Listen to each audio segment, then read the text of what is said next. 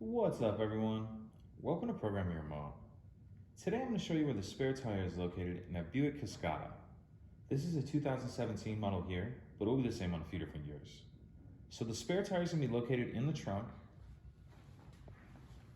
If the partition for the convertible top is down like this, you'll need to go ahead and push it up to get it out of the way. Then we're going to grab this loop here and pull up, and this whole top lid will come off. It's just Velcroed on the back. You can set that to the side. Now if we take a look in here, we'll see our spare tire here, and there's this wing nut holding it on. We'll turn that counterclockwise to get it loose. Set those to the side, and then if we pick up our spare, we'll see the jack down there. So that's it, pretty simple. If you have any questions, please let me know.